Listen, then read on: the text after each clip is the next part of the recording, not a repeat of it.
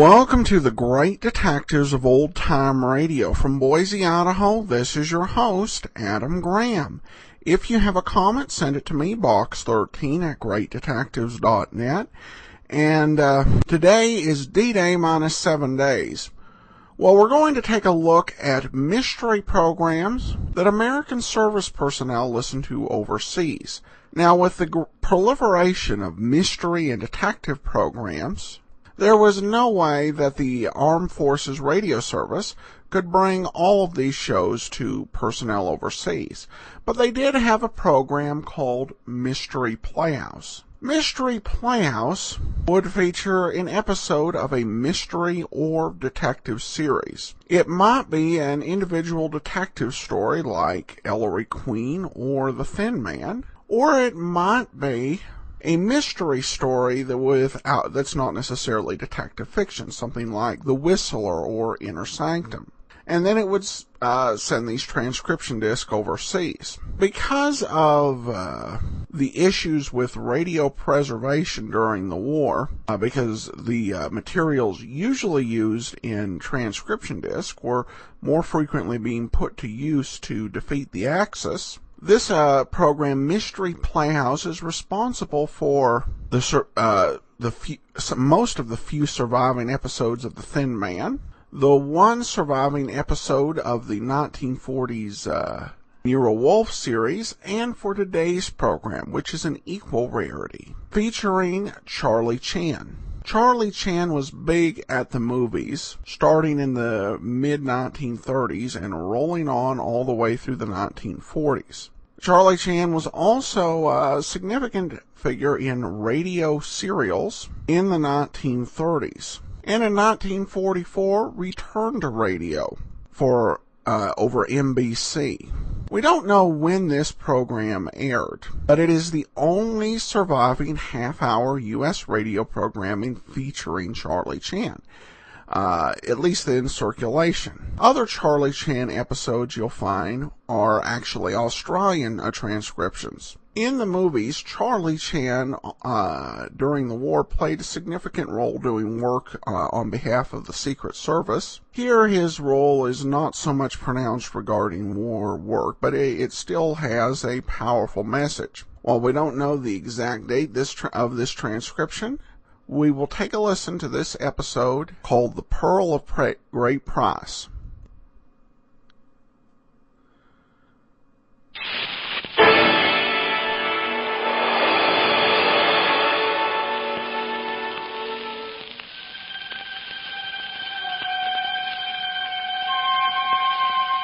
Good evening. This is Sergeant X filling in for Peter Lorre. When danger threatens any one of her brood, even the placid and uninspired mother hen can become an avenging demon, purposeful and unmindful of her own safety. And in man, too, this instinct to preserve one's own is strong indeed, as you will hear tonight in the Mystery Playhouse.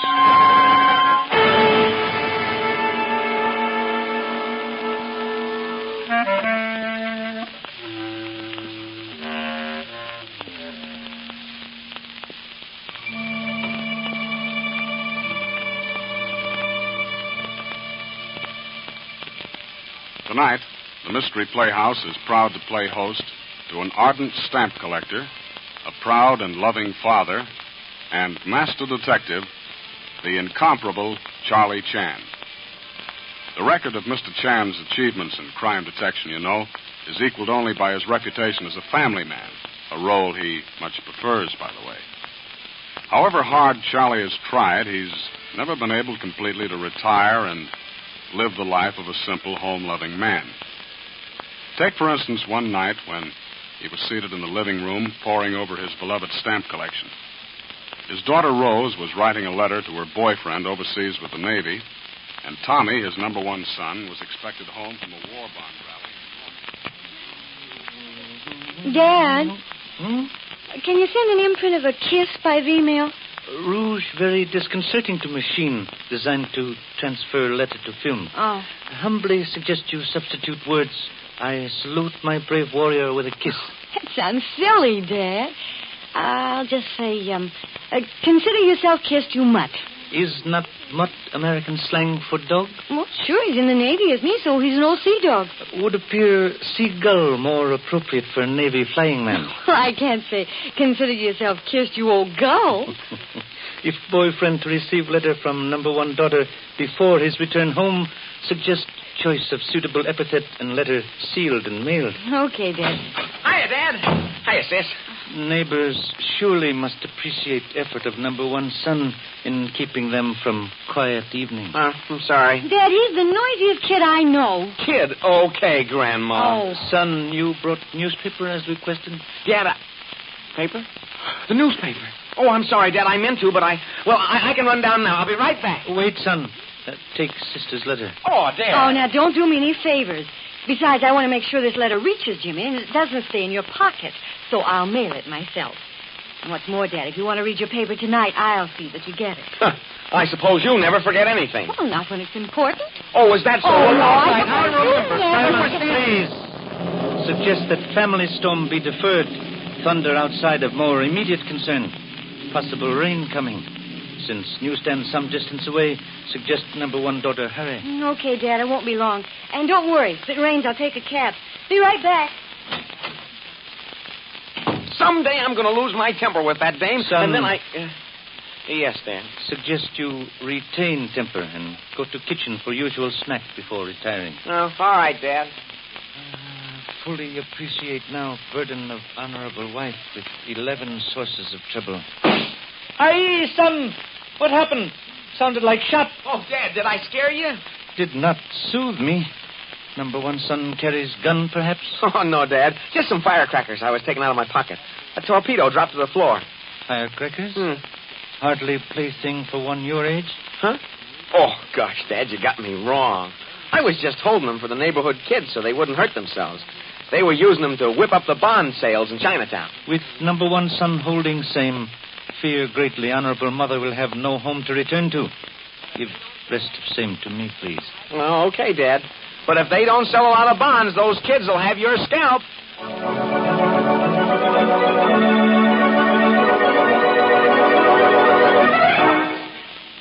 Here's your paper, miss. Kind of wet. Sorry. No, that's okay. Is there a taxi cab around? Yeah, cab in front of the bank there. Hey, cab! Oh, thanks. I'll get it. Sorry, kid. My cab's taken. Yeah, you can't stay in here. I've hired this cab. Help, Steve! Help! Police! Hey, look, Molly. Comes a bank clerk. Let me out of here. Hurry, get your things here in the cab. Let go my feet. You've broken them. That's tough. Okay, Muggsy. Here comes Chuck. Get going, Muggsy. Hey, who's this dame? I don't know, but she's coming along. She's seen too much.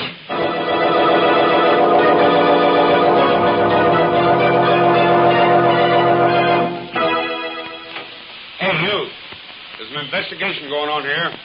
Move on. 1,000 pardons, Captain Flannery. But I, too, am investigating. Well, Charlie Chan. How are you? Disturbed, Captain. Disturbed.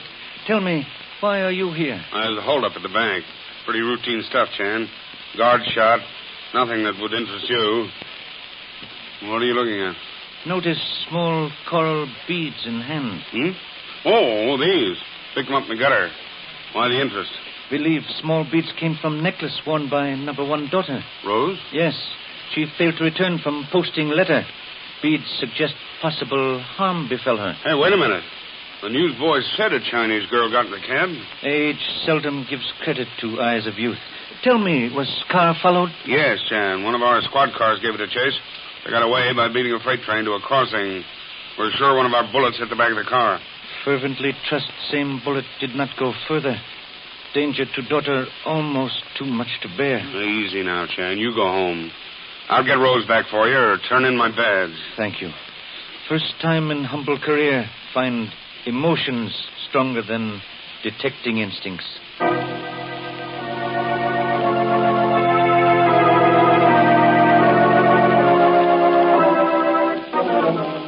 Dad, you've got to cut out this pacing up and down.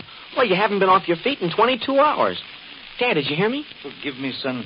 Ears open, but mind closed. Well, will you eat something? A bowl of soup, a little rice, anything. No, thank you, son. Thoughts are not of food. They dwell on number one daughter. Gosh, Dad, I shouldn't have let her go. I should have gone myself. Grateful honorable mother knows nothing of misfortune. Oh, I'll get it, Dad. It's good news, I'm sure of it. Hello? Oh, yes, he's here, Captain Flannery. Yes? You have? Oh, that's all right. I'll tell him. Dad, they found a cab in a ditch. In ditch? You mean... Take it easy, Dad. It was empty. Looked as though it had been driven there deliberately to hide it. It had a bullet hole in the back. I must go. Hey, Dad, wait till I tell you the rest. Captain Flannery has surely located owner. Captain Flannery? How do you know? No, Captain Flannery. Well, I'll go with you, Dad. No, son. Remain here, close to phone, in case there is further news of sister.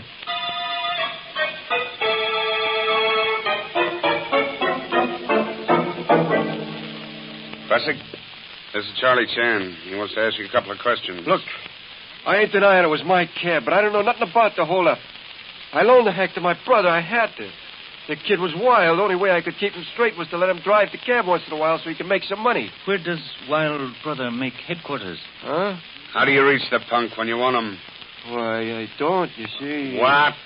Oh, well, there's a cigar store on the outskirts of town.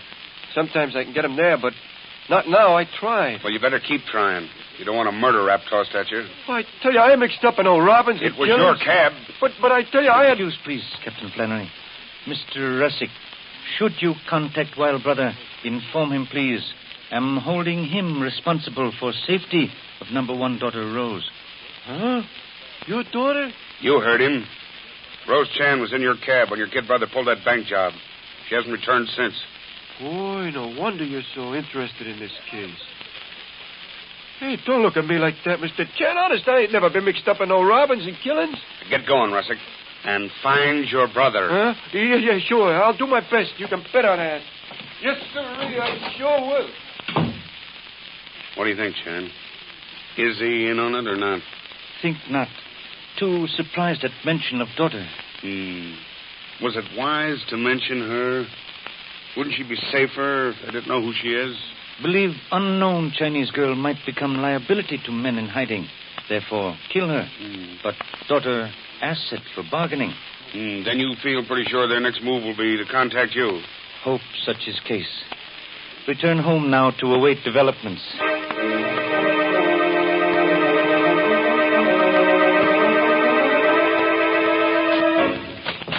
Oh, there you are, Dan. Gosh, where have you been? Taking first steps on path that leads to honorable sister. Oh, gosh, I'm sure glad you got back. This was stuck under the door, but when I looked out, no one was there. Handwritten note on wrapping paper. It's a demand for money for sister's release. Gosh, Dad, what's happened to her? Honorable sister got in cab used for holdup by mistake. Then this is a ransom note. Yes, son. Gee, $10,000. Where'll you get it? Here's a legitimate question. Long-standing friends may help, but first we'll attempt to contact Mr. Vaughn, president of bank which was robbed. Oh. We'll answer door. Please, phone Mr. Vaughn. Yes, Dad. Captain Flannery. Glad you're here, Chan. Russick just came back to the station house. Said he was sure he could locate his brother. Good. Also have news for you. Ransom note delivered here, demanding $10,000 for release of daughter. $10,000? Dad, I got Mr. Vaughn on the phone. Coming, son. Hey, now look, Chan. You're not going to pay any ransom while I'm on the force. Give me time. Humbly suggest good friend retain shirt. We'll only use banker to divide and conquer enemies with use of cab driver Russick. What do you mean? Listen to phone conversation. Hello? Hello, Mr. Vaughn. Regret delay. No, have not yet apprehended criminals. Hope to do so before night is out. Greatly need your worthy assistance. Also cooperation of some suburban bank. Owner of cab involved will also help. Listen closely, please, to most dangerous plan for releasing daughter, who at moment is in hands of desperate criminals. Trap must be set.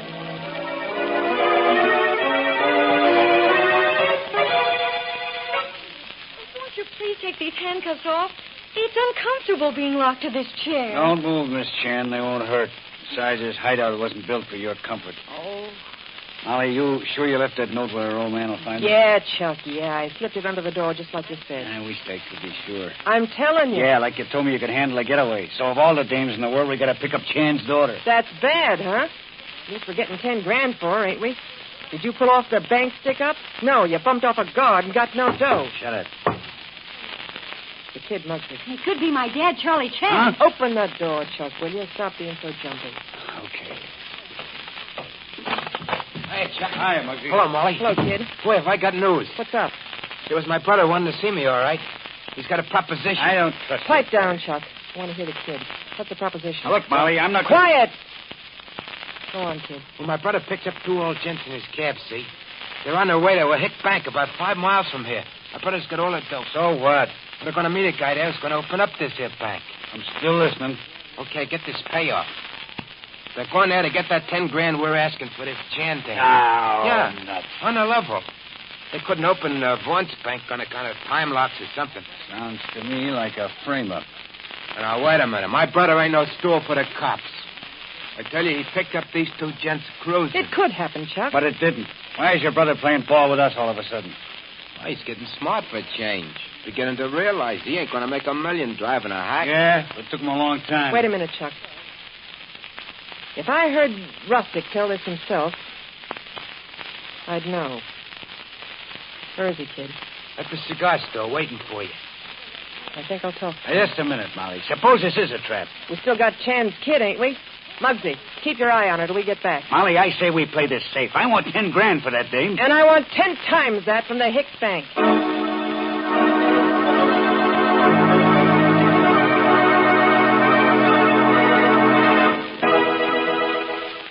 Chan, I think that's the car now.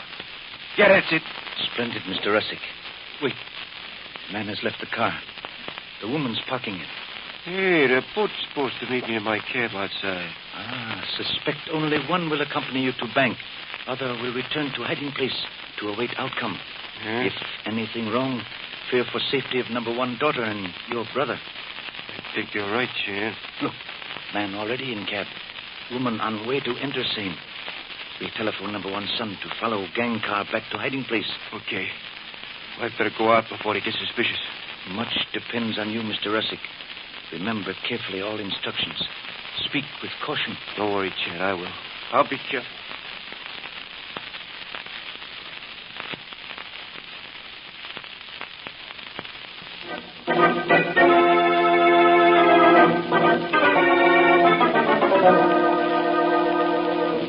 Well, Chuck, like I've been telling you and Molly, it looks like a lead pipe cinch to me. A lot better than holding Chan's daughter for a measly 10 grand. Chan's daughter? What's she got to do with this setup, Russick? Well, quit stalling, folks. One guy in my cab called the other one Vaughn. He's the president of the bank you stuck up while you were using my cab. That's what you say.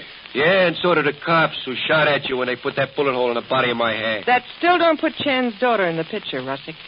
The guy did that.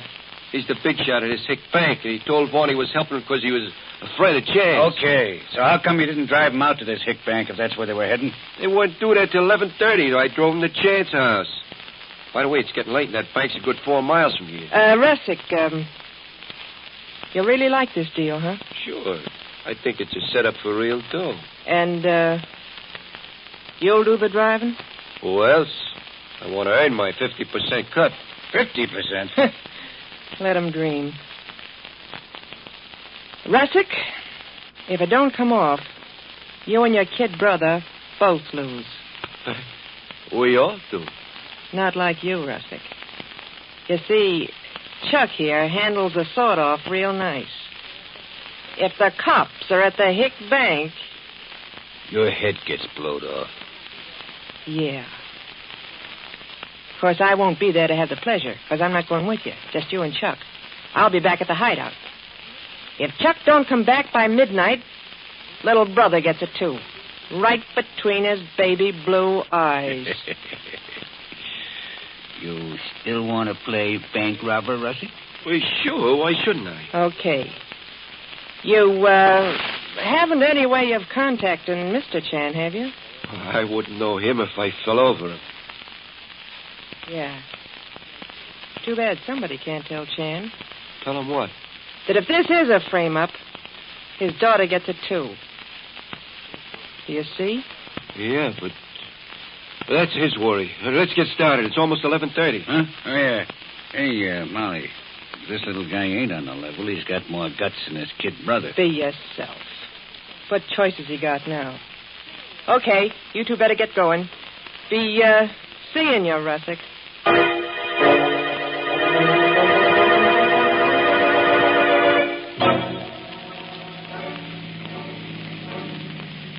That it, Russick?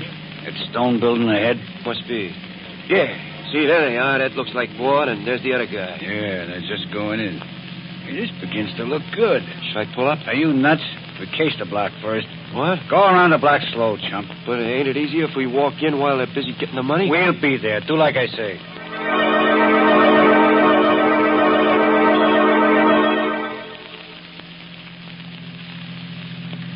Okay. Pull up right in front of the door. Right in front? That's right. So as I can cover you in the entrance while you go in. Me? You heard me, Russick. Get going. Right. Now walk right up to the door and stand beside it. I'll keep you covered with the sawed-off.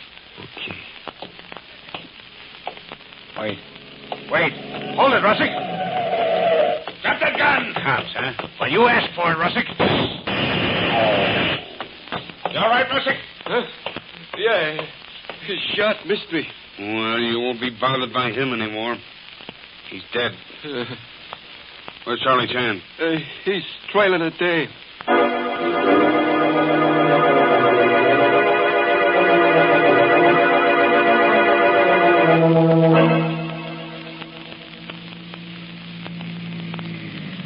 Evil woman has gone inside house. Pray that trailing her proves fruitful in quest for honorable sister. Park car here, son. All right, Dad. Be quiet. Come, let us investigate. Okay, Dad.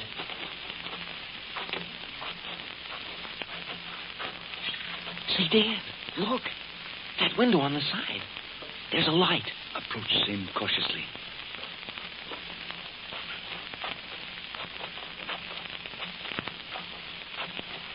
Can see honorable sister inside. Is handcuffed to chair. Gee, Dad, what are we going to do? Should I take the car and get help? No. Wait, son. Have plan. Go to car. Drive up to front of door with much clatter. Okay, Dad. Humble father will remain here to make sure no harm befalls honorable sister.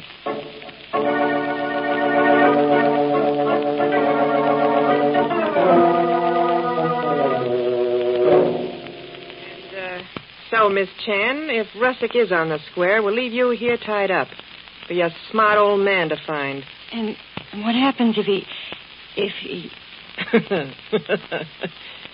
You mean if Russick double-crosses us? Look, if Chuck don't show up by midnight, and that ain't far off, I'm sending you to what you call your honorable ancestors. Hey, Molly, you won't kill her, will you? Don't you worry your little head, Muggsy. You won't know a thing about it. What does that mean? Are you kidding? If Chuck don't get back, you'll get bumped off, too. Now, stop worrying. Honest, Molly, I'm telling you, my brother's no stoolie. We'll see, kid. Gee, Molly, maybe the cab broke down on the way back, or maybe... Hey, there's Chuck. I told you they'd pull it off and get back. None too soon, neither. What's that? Cops! They must have trailed us. I'm getting out of here. I ain't got no rod. Keep away from that door. Don't open it. I'll cover the window. There, maybe that'll hold them. Yeah, listen, Tom, we ain't got a chance. I'm going. I said keep that door shut. Okay, you asked for it. Open that door, would you? You shot him. He's outside. He'll be killed. No, what is yellow? I'm fighting it out, see? It's no use. Your gun's empty. You better surrender. I only got another rod. Heavens, unlock the door. If I unlock it, they'll blast me. You open it. They'll recognize you and won't shoot. I can't. I'm handcuffed, remember? Okay. I'll take them off. Want to get out there and stop them. There. Now they're off. Now get out there and... Hey, what are you doing? Seeing how you look with the handcuffs on. Now stand there where you'll be safe. Oh, Dad. I'm happy to find Pearl of great price unharmed. Boy, am I glad to see you. Are you all right, sis? Oh, yeah, Tommy, I'm okay, but... Hey, where are the others? What others, daughter? Why, the police who surrounded the house. No police, only humble father and brother. What? Say, I ought to... No, you don't. Hey, how did the handcuffs get on you? Ask your smart sister. Huh?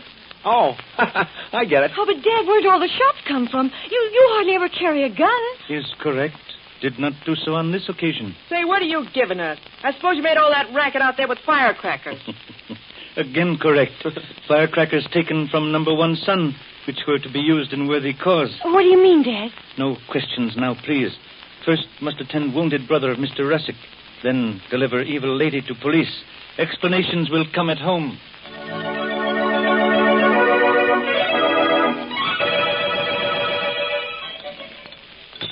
Some more tea, Dad?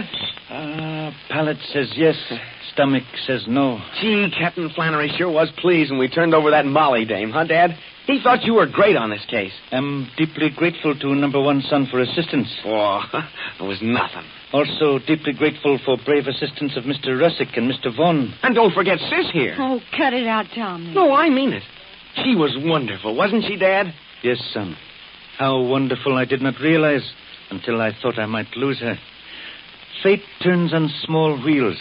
Consider good fortune at beginning when beads were torn from worthy sister's throat by evil ones. Oh, but Dad, those beads weren't torn. Explain, please. Oh, gosh, your daughter's inherited a little of her father's ability. I dropped those beads deliberately. Number one daughter causes humble father deep pride. Thanks, Dad. But tell me, what about those firecrackers? In case of firecrackers, must admit fortune smiled kindly on humble father. Took them from honorable brother, who held same in safekeeping for neighborhood children. Yes, Sis. The kids were going to use them to sell war bonds.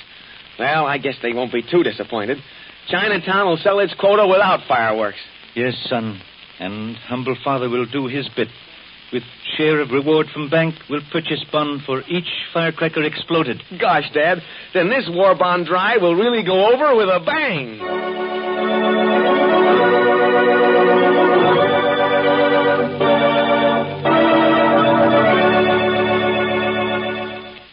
Well, Charlie, you did it again.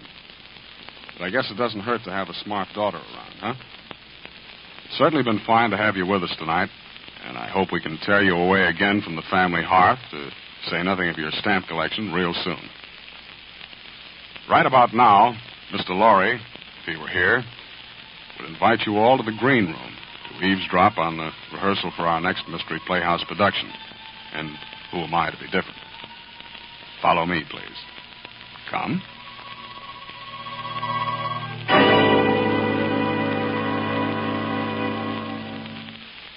Darling, don't be so self-conscious. I never said any such thing about the corn that comes out of your typewriter. Tailor-made for you, my precious. Oh, no. You're thinking of the precious Mr. Warren, our leading man, the ambulatory werewolf of the megacycles.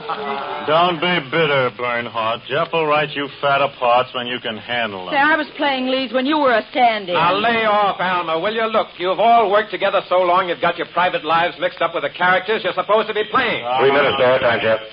Okay, Ed. Check master control to see if we're getting the air on time. I'll check, but it looks like we've got the channel on the nose. Okay, Ed. Now, as you were saying, I was Jeff, saying that if you can't keep your petty jealousies outside the studio, I'll have a new cast.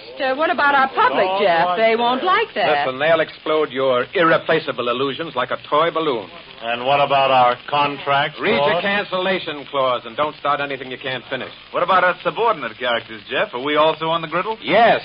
Kent, you can quit wandering around the studio making passes at every ingenue I cast on this show. And how you pick 'em? Or lay off the wisecracks, Kent, or your reputation as the ham that dies 1,000 deaths will catch up with you. What about Mary Smith, Jeff? Haven't you any unkind words for our honey-haired heroine of tonight's masterpiece of mayhem? No, I have not. Mary at least tries to play her part in spite of Warren's wolfing and your burn. I resent that. What she and Warren does is no concern of mine. Now lay off, Alma. In this studio, I'm the boss. I'll make the wisecracks and I'll do the telling. Outside, you can beat each other's brains out for all I care. Jeff, I can take care of myself. Not when it comes to Warren the Wonder Man, Mary. Don't worry about me, Now Joe. pipe down, Kent.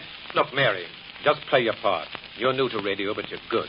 Don't let these technically perfect mic monkeys tell you differently. Yes, dear, and don't fall for Jeff's private lessons in emotional acting. Yeah, Mary, beware. Take care. We're an odious aggregation. And directors never collect etchings or go to Atlantic City. It's abstracts this season, darling. 1 minute to go, Jeff. Okay, now, Cass, there's nothing the matter with this show that you can't remedy if you just forget your personal differences for the next 30 minutes.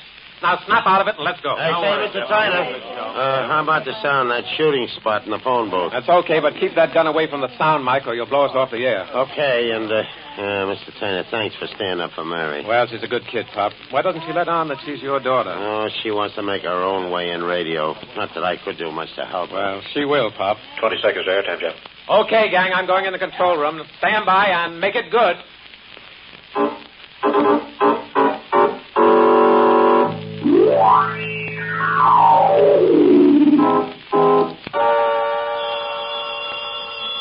Okay, here comes the last scene, Ed. So far, so good, Jeff. Hello, Blake Detective Agency. Hiya, sweet. Now listen. Oh, yes, darling. Where are you phoning from? From a phone booth at a corner drugstore. Now listen. Yes, Pretty good show so darling, far, I'm Jeff. listening. Yeah, cut the volume on that control room Goodbye. speaker, Ed. You do them rather well. Okay, Jeff, I thought you wanted to really hear this last scene. I do, but not that badly. Truth and nothing but the truth. That's better. That lacing you gave the cash sure snapped them out of it, Jeff. said Yeah, that but there's before, too much darling. bad blood out there. Going to have to make some changes. All That right. shooting spot is Now coming up. what, Watch my it. Wonder Man? I've just found out who killed our client. Who was it? None other than our old friend. Oh, help! I'm shot. I am shot. Help! Somebody! Somebody help me! What's the matter? What's the matter? Say, they played that like they meant it. I'd rip their heads off. Jeff, the script only called for one shot. Yeah, Pop's nervous tonight. Probably pulled the trigger twice. What happened to you? Say, what's going out there in the studio? Pop didn't fire that shot. He's over by the curtain in front of the phone booth.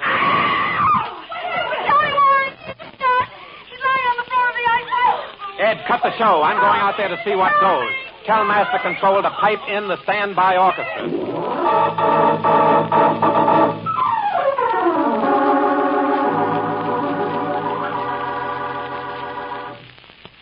Well. Looks like actors are expendable, too, doesn't it? This one certainly died in the line of duty. Right in the radio studio, script in hand. Probably the best scene he ever played. So much for snide remarks. Why don't you plan to be in your seats for our next performance when big town Steve Wilson, fighting newspaper editor that he is, becomes involved in murder in the radio studio. Peter Lorre is our regular mystery master of ceremonies, and he'll be back on the job soon. But for now, this is Sergeant X closing the doors of the Mystery Playhouse and saying for him, good night, sleep tight.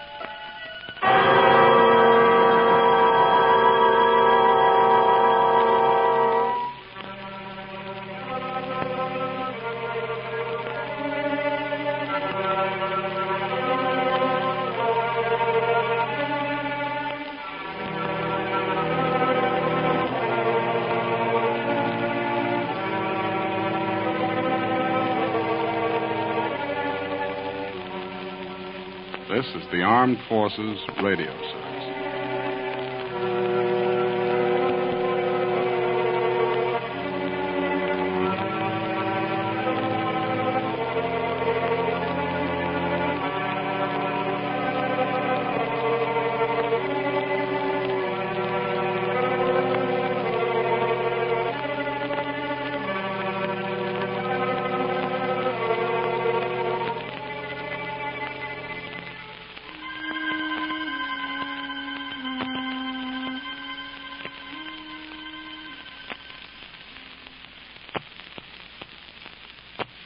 Welcome back. Well, I think Ed Begley, who played Charlie Chan, did a great job in there.